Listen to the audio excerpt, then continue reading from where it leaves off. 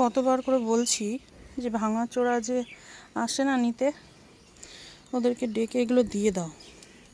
দেখো কত আছে, তার মধ্যে ওই যে বাড়ির কাজকাম হয়েছিল, ওইদিকে টাইলস ফাইলস আছে, আর কিছুতেই ডাকেও না, দেয়ও না। দেখো ছাদটা নষ্ট হয়ে যাবে। তার মধ্যে বস্তায় বস্তায় বালি ছিল, বালিগুলো ফেটে ফেটে একদম যাতা। এগুলো না দিলে বালিগুলো তুলে তুলে রাখা যাবে না। আমি যদি আবার নিজে নিজে দিয়ে দিই লোক ডেকে, তাহলে তো লাগবে অশান্তি। তোমাকে মাতব্বরি করতে কে বলেছে? কথা বললে কথা শোনে না। আর এই ছাদে আমি কবে যে এসছি নিজেও জানি না। আমার ওই কারি পাতার গাছ, লক্ষ্মী জবার গাছ, তারপরে কি যেন পুদিনার গাছ লাগিয়েছিলাম, সেই দিন এসছি, আর আসেনি। লক্ষ্মী জবার গাছটা তো সুন্দর হয়েছে, এই যে। আর এই গোলাপের গাছটা দেখো কোথায় দিয়ে যাচ্ছে, কেটে ফেলতে হতো। পুদিনার গাছটা মরে গিয়েছে। আম এসছে গাছে, আম এই যে থাকে না, পড়ে যায়।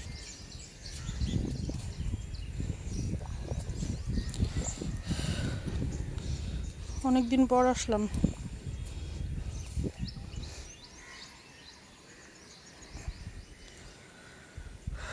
জঙ্গলগুলো পরিষ্কার করতে হবে।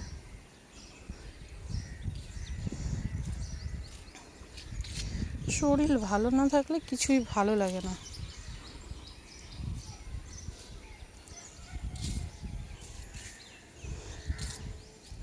কারি পাতার গাছ তো ঠিক হয়েছে, পুদিনার গাছটা লাগিয়েছিলাম, পুদিনা হয়েছে।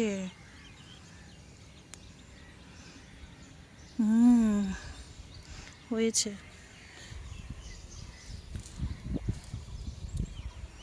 এগুলো মরে গিয়েছে,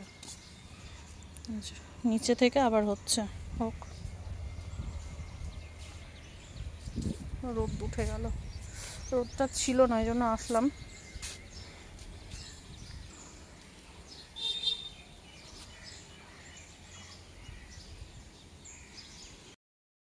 হাই ফ্রেন্ডস, গুড মর্নিং। কেমন আছো সবাই? আশা করছি ভালো আছো। সম্বা লাইফস্টাইল ব্লগে তোমাদের অনেক অনেক স্বাগত। আজ হচ্ছে রবিবার, আর এখন বাজে সকাল 8টা। ব্লগটা এখন থেকে শুরু করলাম। 3 দিন ব্লগ করিনি, কি বলবো আর, মানে হাঁটা চলা করতে পারছিলাম না কোমরের ব্যথায়। 3 দিন ধরে পড়েছিলাম। লাস্টে আবার এক ধরনের ওষুধ নিয়ে এসে খেয়ে এই যে এখন একটু সুস্থ হয়েছি। আর ওই দু সাইডে যে রগের টান ধরা ছিল না, ওই টান ধরাটা একদম গায়েব হয়ে গিয়েছে। কিন্তু মানে ওইটা কমেছে, আর কোমর ব্যথাটা ধরেছিল।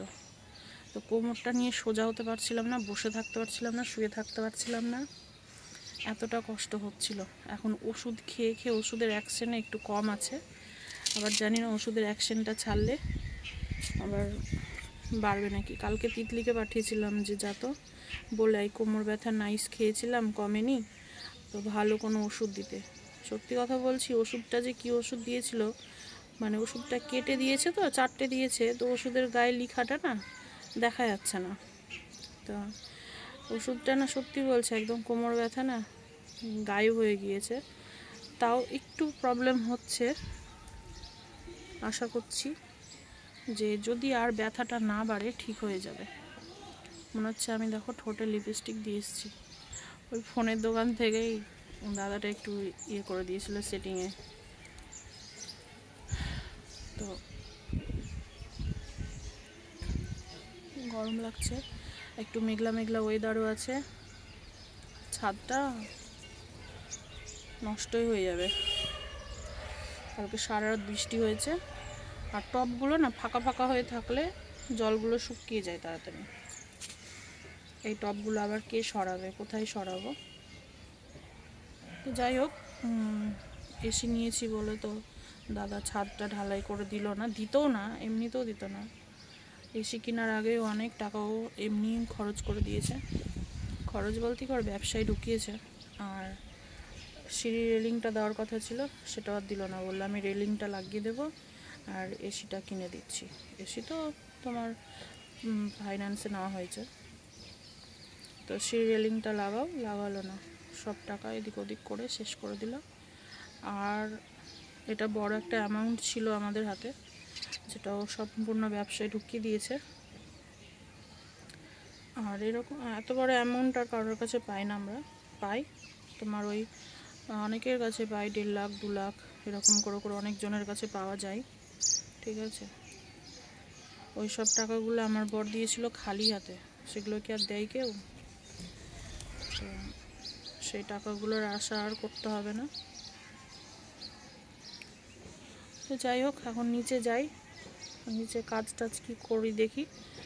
হচ্ছে বাসন অল্প কটা আছে, আর কালকে জুথি উপোস করেছিল বার পুজোর, তোকে কালকে রাত্রে লুচি আর আলুর তরকারি করে দিয়েছিলাম। তো এখন ওকে তাড়াতাড়ি বলবো স্নান টান করে, ওর বাবা কালকে রাত্রে একটু খিচুড়ি নিয়ে এসেছিলো প্রসাদ কোথায় থেকে, তো বলবো এটা খা, তারপরে ভাত টাত হবে তখন খাবি। তো ঘরে তোমার হচ্ছে সেরকম কিছু নয়, আজকে রবিবার, মেয়েরা না মাংস করছে কয়দিন থেকে, তো ওর বাবাকে বললাম, তো টাকা দিতে রাজি হয়েছে, তো বললো কি খাসির মাংস নিয়ে আসো। এখন দেখি খাসির মাংস আনছি না পোলট্রি নিয়ে আসছি। কালকে অনেক রাত্রে এসেছিল ওর বাবা, 1:30টার দিকে খেয়ে দিয়ে এসেছিলো, তো ড্রিঙ্ক করে দিয়ে আমাকে বলছে যে কি ভাত খাবে না, তো বলছে কি ভাত রুটি আছে কোনটা খাবা, তো বললো ভাত দে অল্প করে। তো এবার ভাতটা দিয়েছি বেড়ে, তার হচ্ছে বসো খেতে, বলছে কি না বিছানায় শুয়ে গিয়েছে, হ্যাঁ আমার জায়গায়, আর 2 মেয়ে ঘুমিয়ে গিয়েছিল। তো আমি বললাম যে এখানে নিচে নামো, ভাতটা খেয়ে নাও। বলছে কি নিচে নামতে পারবো না, এখানে দে আর খাইয়ে দে। মাথাটা গরম হয় কি হয় না, যে খাইয়ে দিতে পারবো না, নিজে খেলে খা, না খেলে গিয়ে ঘুমিয়ে যাবো। এগুলোই করে জানো তো, যখন খেয়েটে আসে না, আর খেয়ে আসলে আমার মাথা গরম হয়ে যায়। দিয়ে লাস্টে বলছে কি আমার রান্না করবি না আর কালকে থেকে, একটু খাইয়ে দিতে বললাম তো খাইয়ে দিলি না, করবি না আমার রান্নার কালকে থেকে। দিয়ে আবার গিয়ে ঘুমিয়ে গিয়েছে। তো সকালবেলা কি রাত্রে কি হয়েছে না হয়েছে মনে হয় সকালে ভুলে গিয়েছে, দেখলাম তো মন টন ঠিক আছে। এখন দেখি গিয়ে বলবো রাত্রে কি বলছিল, ওগুলো উল্টোপাল্টা জানা, তাই বাজে বাজে ভাষা করে। যে দেখো দিদুনকে ঘুম থেকে উঠে নিয়েছি, 8:30 বাজে, কোন কাজ টাজ হবে, কোনো কাজ হয়নি।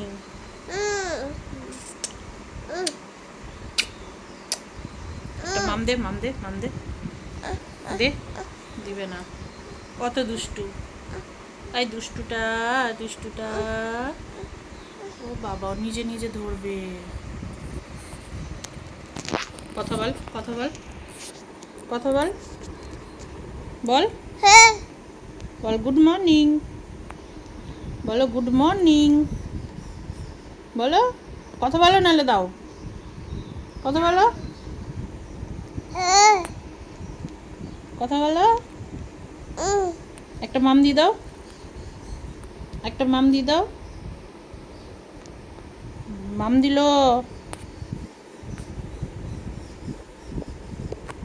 দাও রেখে দিই। হ্যাঁ আমি হয়ে গেলাম রেডি, আর বাজার থেকে আসি, ওর বাবাকে বললাম যে বাজার যাও, তো গেল না, গালগুলো লাল লাল হয়েছিল, বলছে আমি যাবো না, এসি চালিয়ে দিয়ে ঘুমাচ্ছে। নিচের ঘরে আমাদের তো ওই কথা টথা বলা বলি হয় না, 2টা মেয়ে আছে, দিদুন আছে, একটু চিৎকার চেঁচামেচি হয়, তো বলছে একটু ঘুমালাম, আমাদের চেঁচামেচি বন্ধ হয় না। এবার একটা পাকাম পেয়েছে মানে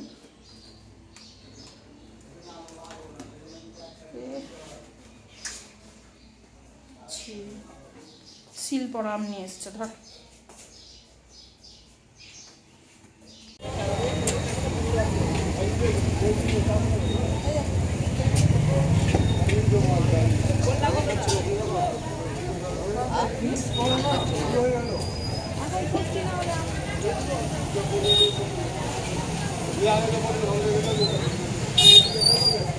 বসিয়েছি ভাত, আর ভাতটা হতে হতে এই যে এদিকে বাজার করে নিয়ে এসেছি। ব্যাগে আছে আলু, এখানে কাঁচা লঙ্কা, ডাঁটা শাক, শাকগুলো একদম কচি, আর লেবু, পুঁই ডাঁটা নিয়ে এসেছি। তো ফ্রিজে বেগুন, তারপরে ঝিঙে টিঙে আছে, ওগুলো দিয়ে পটল টটল দিয়ে একটু পুঁই ডাঁটার তরকারি করবো কালকে। আর এখানে এই যে আম নিয়েছি হিমসাগর, 2 কিলো আম নিয়ে এসেছি। আর এটা হচ্ছে প্রথম আজকে লিচু আসলো বাড়িতে, এই যে এখনও খুব ভালো মতো উঠেনি, ষষ্ঠীর জন্য তো এখন অত ভাঙে না, তবে একটা খেয়ে দেখবো কেমন। আর এখন আমি এখানে বসলাম একটু সবজি কাটাকাটি করবো। সবজি বলতে আজকে করলা ভাজা করব আর মাংস করব। আর ফ্রিজে না ডাল আছে কালকে, কলাইয়ের ডাল, ডালটা গরম করব। চিকেন নিয়ে আসলাম, মটন আনলাম না, যে থাক আজকে চিকেনই খাওয়া হোক, মটন অন্য দিন খাওয়া যাবে। এখানে এখন এই যে মাংস মশলাটা কষানো হচ্ছে।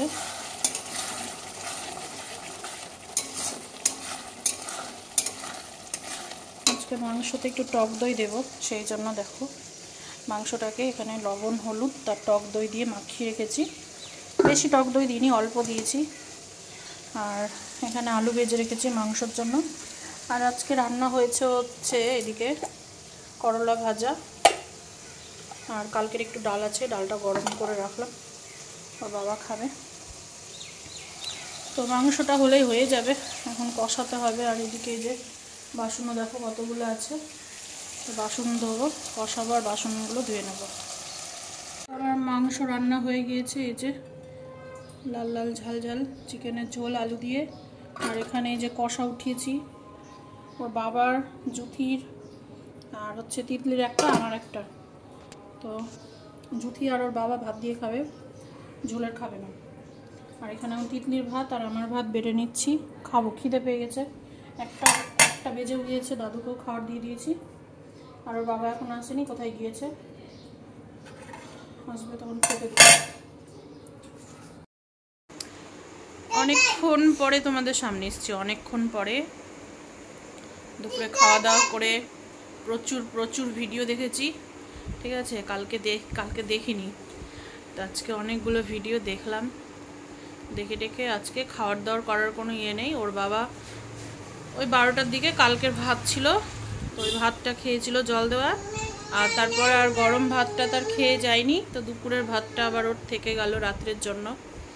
আর আমি একটু চালটা ধরেই নিয়েছিলাম, দাদুকেও খেতে দেওয়া হয়ে গেছে, জুথির খাওয়া হয়ে গেছে, আমিও 1 মুঠ ভাত খেলাম। তো ওর বাবার জন্য চিকেন কষা ছিল, খাবো না বলেছিল, ওটা দিয়ে আমি একটু খেলাম। তিতলির এখনও খাওয়া হয়নি। আর ওর বাবা তো এখন বাইরে গেলেও কখন আসবে জানি না, কোন মুডে আসবে সেটাও জানি না। কালকে কি বলেছে জানিস, কালকে রাত্রি 1:30টার দিকে, 1:30 তো না, 1:10-15 এরকম এসছে। তো আমি বললাম ভাত খাবা না রুটি খাবা, তো বলছে না অল্প করে ভাত দে। এবার জানিস তো, তোরা তো ঘুমিয়ে গিয়েছিস, এবার ভাত দিলাম, ডালটা ফ্রিজে রাখা ছিল, ফ্রিজ থেকে নিয়ে এসে ডালটা গরম করলাম। তারপরে আবার বলছে কি ও ভাতটা বেড়ে দিলাম, তো আমি বললাম নিচে আসো, বলছে কি না আমার ভাল লাগছে না, আমাকে এখানেই দে। আর পুরো লোড হয়ে এসেছিলো খেয়ে, বুঝলি তো। দিয়ে এবার তো আমি ভাবলাম কি ওকে হাতেই দিয়ে দিব, তো না, শোন না জুথি খাইয়ে দিতে হবে ভাত। অত রাত্রে তুই বল তো এরকম ভালো লাগে? বলেছি খাইয়ে দিতে পারবো না, সেই জন্য বলছি কি তোর ভাত তুই রেখে দে, কালকে থেকে আমার আর রান্না করবি না। গিয়ে জানিস না গাল দিতে দিতে চলে গেল ওপরে। জানলাম হ্যাঁ যাও, খেতে হবে না। ভালো মনে থাকলে না ভালো লাগে, সব কথা শুনতে ভালো লাগে। আর যেগুলো পছন্দ করি না ওগুলো যখন করে না, তখন ওর কোনো কথা শুনতে ভালো লাগে না। তো যাই হোক, আজকে আবার সকাল হয়েছে কি না ভুলে গিয়েছে ওগুলো, কালকে কি বলেছে না বলেছে বুঝতে পারলি তো। মানে অতিরিক্ত নেশা করেছিল। এই রকম অশান্তিগুলো আমাকে প্রতিদিনই ফেস করতে হয়, প্রত্যেকটা দিনই। মানে আগে তো এরকম ছিল না, 12 মাস হয়তো একদিন খেত, আর এখন মানে 12 মাসে ওকে একদিন যদি এখন ভালো পাওয়া যায়, সেদিন মনে হবে কি কপালটা ভালো, সেদিন কোনো ঝামেলাও হবে না, কিচ্ছু হবে না। আসবে, খাবে দাবে, একটু বসবে, দিদুনের সাথে খেলবে, তিতলির সাথে একটু টিয়ারকি করবে, তারপরে তো চলে যায় ঘুমাতে। রাত করবে কিন্তু ঘুমাতে চলে যাবে, মানে ওই ঝগড়া অশান্তি ওগুলো হবে না। আর এই যে ড্রিঙ্ক করলে না, মানে খুব বিরক্তকর লাগে।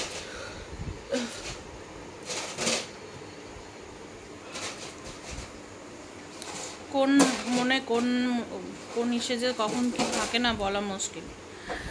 এক হচ্ছে দাদুও থেকে বিরক্ত করে, 2 মেয়ে বিরক্ত করে, দিদুনটাও বিরক্ত করে। একটু যদি ঘুমায় চুল ধরে টানবে, নালে মেরে দেবে, নালে যদি খালি বোতল টোতল থাকে বসিয়ে দেবে। কতদিন তো ঘুমাচ্ছি, কত কিছু দিয়ে যে মেরে দিয়েছে তার ঠিক নেই। তারপরে হচ্ছে ওর বাবা দিনের পর দিন প্রত্যেক দিন মানে যখনই বাড়িতে থাকে ঠোকামুখি লাগতেই থাকে, ঝগড়া অশান্তি। এইসব জিনিসগুলো আমার প্রথম থেকে ছিল না, তো ওই জন্য এখন এই পরবর্তীকালে এসে না মেনে নিতে পারছি না। যদি প্রথম থেকে যদি মানুষটা ওইরকম থাকতো তাহলে আমার একটা শোয়ে অভ্যেস হয়ে যেত। অভ্যেস করে নিচ্ছি, করছি। এখন ভাগ্যের ওপরে সব কিছু ছেড়ে দিয়েছি। কি অবস্থা দেখ, কোটাটার ওপরে পা দিয়ে টিয়ে দেখ কি করলো। ওর আনন্দ লেগেছে, দেখ আনন্দ, দেখো আনন্দ লেগেছে। ও লড়কি আঁখ মারে, আঁখ মারে, ও লড়কি আঁখ মারে। টিভি দিতে বলছে তিতলিকে। ওই যে গান করেছি যে, ওই ও লড়কি আঁখ মারে, আঁখ মারে, ও লড়কি আঁখ আঁখ মার, আঁখ মার, কি যে ঘরটাকে আমার নোংরা করে, বাপরে বাপ। বোতল দিয়ে আর পেন দিয়ে কৌটো দিয়ে, দেখো দেখো দেখো কি করেছে দেখো। এখন এই যে এটাকে ওর জিভ পরিষ্কার করাটাকে কোথায় থেকে নিয়ে এসছে দিদু। ও লড়কি আঁখ মারে, আঁখ মারে, ও লড়কি আঁখ মারে, আহ আহ আহ আহ। তো ওই সাইডটা রাখ, তোর ওই কোনাটায় রাখ, আহ আহ আহ আহ।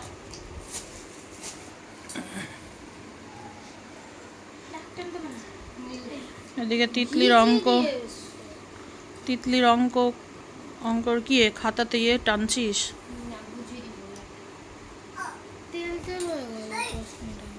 সায়েন্সের পড়া কমপ্লিট? হ্যাঁ, অঙ্কটা হয়ে গেলে খেতে বসবি। ঘুমাবো, কালকে জিমে যাব। জিমে 4-5 দিন পর কালকে জিম যাব। আর জানো তো কালকে কোমর ব্যথার ওষুধ খেয়েছিলাম, একদম গায়েব হয়ে গেছে ব্যথা। আজকে ভাবলাম কি ব্যথা নাই খাবো রাত্রে, আজকে ভাবলাম যে ব্যথা নাই তাহলে থাক, ওষুধটা খাবো না।